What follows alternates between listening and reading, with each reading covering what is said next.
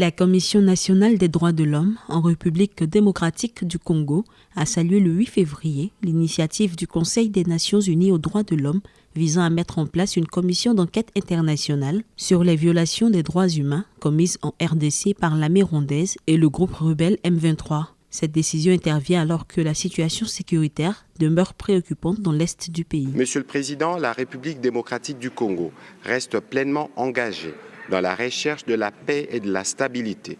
Nous réaffirmons notre volonté de travailler de manière constructive avec tous les acteurs régionaux et internationaux, mais il est impératif que la communauté internationale soutienne fermement nos efforts pour mettre fin à cette crise de protection et à la souffrance de notre peuple dans la partie est de notre pays.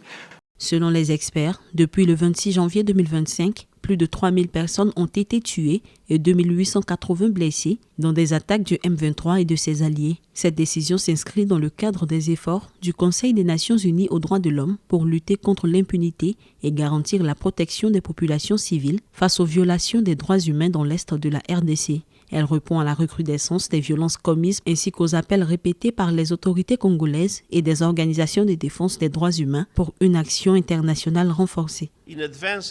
Avant ces rassemblements cruciaux, je veux lancer un appel spécial à la paix. Des milliers de personnes ont été tuées, dont des femmes et des enfants, et des centaines de milliers ont été forcés de quitter leur foyer dans l'est de la RDC. Nous voyons également les menaces continues d'autres groupes armés, qu'ils soient congolais ou étrangers.